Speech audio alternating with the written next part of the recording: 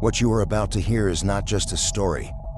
It's a calling, a whisper from the shadows, urging you to cross the boundary between what we call real and what has been hidden from humanity for millennia. Imagine that everything you call truth, your faith, your history, even your own past, might have been carefully shaped, not by accident but by design. And at the center of this invisible labyrinth lies a tiny territory, only 44 hectares wide: the Vatican. Beneath its golden domes and through its silent corridors rests something greater than faith.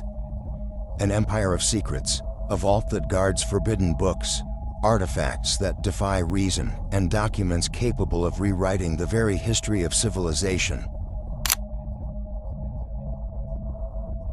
But what is so dangerous about the truth?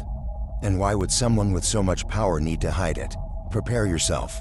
This journey will not be comfortable, but perhaps that's exactly why it's necessary. Imagine a place where time seems suspended, where light enters only by permission, and every door holds a promise or a curse. That place is no legend. It exists beneath the eternal city, behind gates that few have ever crossed. They call it the Vatican Apostolic Archive. For centuries, its name echoed like a spell. And when Pope Francis decided to change the term secret to apostolic, claiming the word caused misunderstandings, the doubt only grew. After all, if there's nothing to hide, why change the name? They say it stretches for more than 85 kilometers of underground corridors, filled with manuscripts that span millennia. But these are not merely administrative records. There are whispers of texts describing rituals of invocation, contact with non-human entities, maps of lost civilizations, and gospels never revealed. One of them, according to rumors, depicting Jesus not as a martyr, but as a master of hidden knowledge, aware of the cosmic laws that govern the universe. Why has the Church always feared gnosis? Why did it eliminate texts that preached enlightenment and inner freedom? Perhaps because knowledge liberates, and power prefers silence. Among these mysteries are mentions of a forbidden book, the Grand Grimoire, also known as the Red Dragon, a manuscript said to teach how to summon forces from the other side and to contain the true name of Lucifer. It is said that the only copy lies beneath the Vatican, guarded by 4 keys that are never entrusted to the same person. Others claim that a pope, driven by curiosity, once read its pages and lost his sanity shortly before resigning. Coincidence or warning?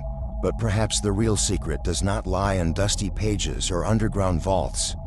Perhaps it lies in the very power that silence grants, because when an institution controls what must be revealed and what must be forgotten, it does not merely guard the past, it writes it. And what if the Vatican's power is not only spiritual? What if it is also cosmic? An invisible bridge between faith and something far older, existing before gods and churches. Something that vibrates between the lines of prayers, something that watches and records every era of humanity. Perhaps what the Vatican guards is not just knowledge. Perhaps it is spiritual technology, the kind of power that can move armies without a sword, change beliefs without a word, and shape history without leaving a trace.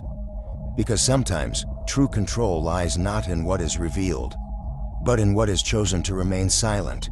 Perhaps the Vatican's power does not come only from what lies buried beneath the earth, but also from what hovers above it. Because the Church's oldest secret may not be found in tombs, but in the stars. Some say the Vatican has always looked to the heavens with more than devotion, as if it were searching for something, or someone. In 1933, a craft is said to have crashed in Italy near the city of Magenta. Mussolini's regime covered it up. No official record was ever found, no definitive proof presented. But behind the scenes, there's a story that refuses to die. They say the wreckage was hidden, studied, and later transferred to the United States, with the help of an unlikely figure, Pope Pius V. According to testimonies from former agents and reports that surfaced decades later, The Vatican quietly informed the US government about the incident. Why? What was there that required secrecy between nations and papal blessing? None of this has been confirmed. No documents, no photographs, nothing but echoes and fragments.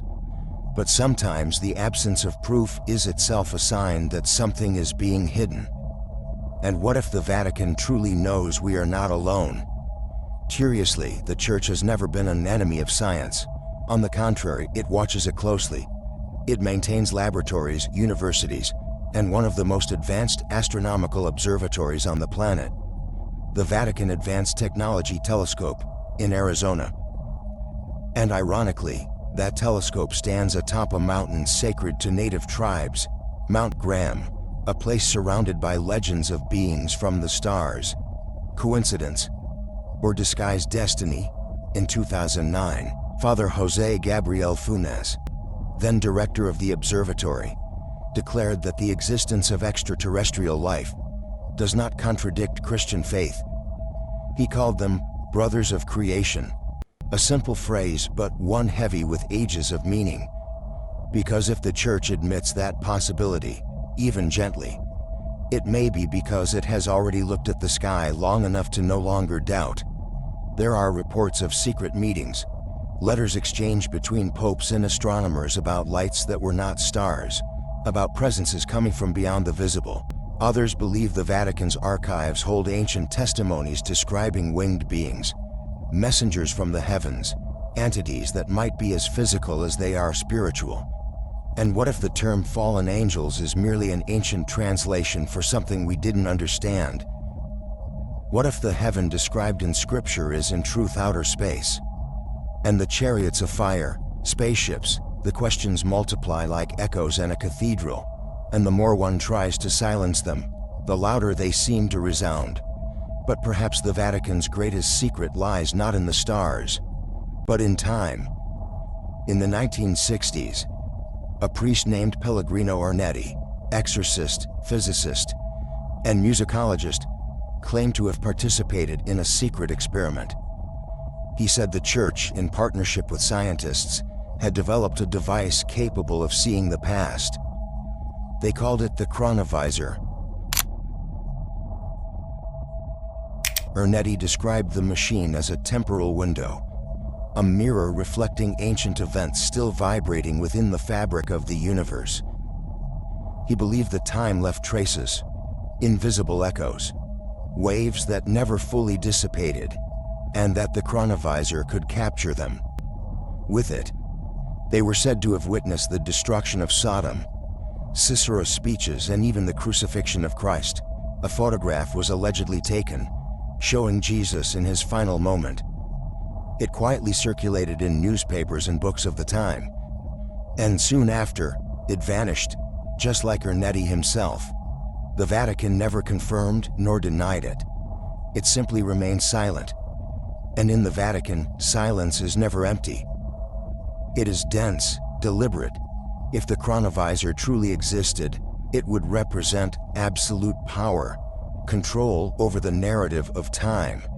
Imagine the impact of that: to prove or erase the past, to rewrite what is history and what is myth, to create or destroy truths. With such an artifact, one could manipulate evidence, forge miracles, uphold dogmas, or bring them down. A power so dangerous it might not be safe in anyone's hands. Some believe the Chronovisor was never destroyed, only hidden, guarded by those who understand what it can do, because if it fell into the wrong, or right, hands, time would cease to be a river. It would become a weapon, and perhaps that's why in Rome time seems not to pass. It merely watches. Some say that from time to time the Chronovisor is used, at critical moments, when the world stands on the brink of change. A whisper before great wars, a counsel before new doctrines, a glance into the past that decides the future.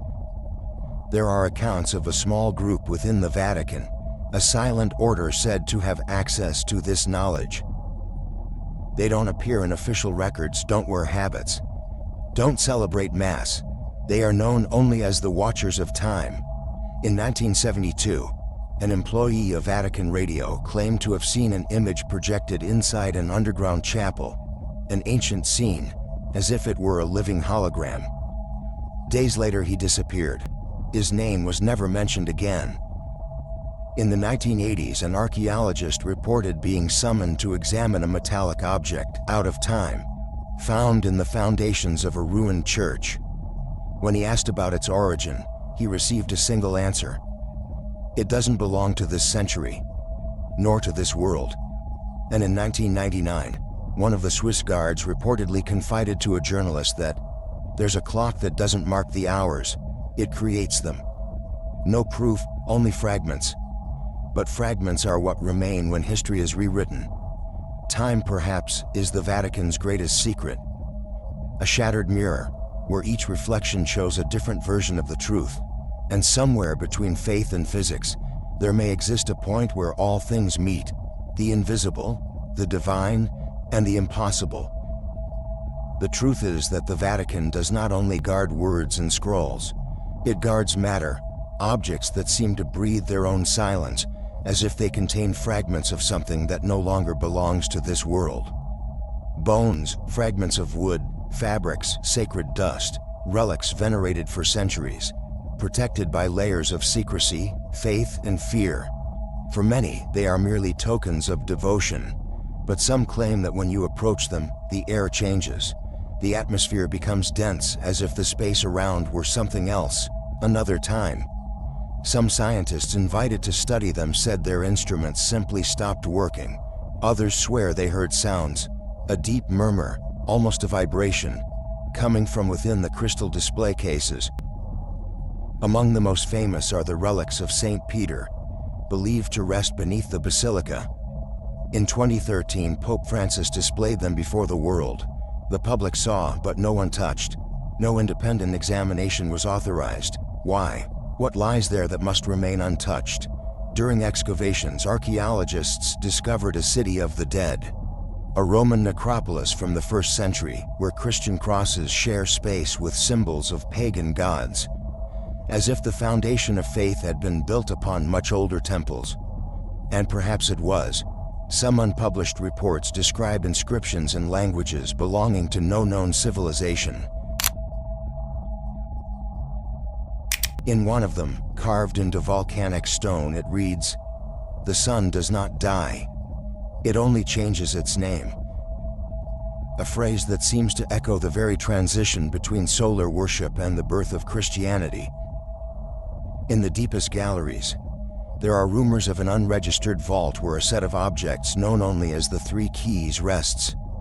A glass vial containing a liquid that moves on its own, a metallic plate that reacts to human presence, and a fragment of black stone that absorbs light instead of reflecting it. None of them have been displayed, but there are accounts of monks claiming to have felt time slow down when they stood too close. And it's not just myth. In 1987, a group of restorers reported a strange event inside the underground storage rooms of the Vatican Library. While cataloging manuscripts, the lights began flashing in a rhythmic sequence, forming a kind of code. One of them, a former soldier, claimed to recognize the pattern. It was identical to the Morse code for Lux Dei, the light of God. In the inner courtyard, an ancient sculpture watches silently, an immense bronze pine cone flanked by 2 golden peacocks. The symbol of the pineal gland, the third eye, the portal between worlds, a heritage from the Egyptians, the Hindus, the mysteries of Dionysus. There, in the very heart of Christianity, rests the ultimate symbol of spiritual awakening. Coincidence? Or confession? The Vatican never destroyed the ancient symbols. It absorbed them. It turned gods into saints, rites into liturgies, magic into miracle. Perhaps not to deceive, but to preserve what time would have tried to erase. Perhaps in silence it kept alive the flame of a wisdom that predates all religions. And what if every symbol, every relic, every myth were fragments of the same lost knowledge? An invisible map, encoded in walls and rituals, pointing to something that transcends the human. A power capable of uniting matter and spirit, science and faith. Some say that secret rituals still take place far from the public eye. That once a century, beneath St. Peter's altar, an ancient ceremony is performed. One that invokes time not to measure it, but to remember it. And that for a few seconds the air becomes electric and the sound seems to stop. As if the entire world held its breath. Perhaps the Vatican's true secret is not what it guards, but what it awakens. Close your eyes. Imagine yourself walking through stone corridors where each step echoes like a memory. Feel the weight of history, the scent of incense, the chill of marble beneath your fingers, and realize that the mystery you were searching for outside has always been within you. Because the power that moves time, that ignites stars and shapes faith, is the same one beating in your chest right now. The veil was never over the Vatican. It was always over us, and it's beginning to tear. The choice is yours. To remain in the comfort of doubt, or to cross the threshold of the unknown. See you on the other side.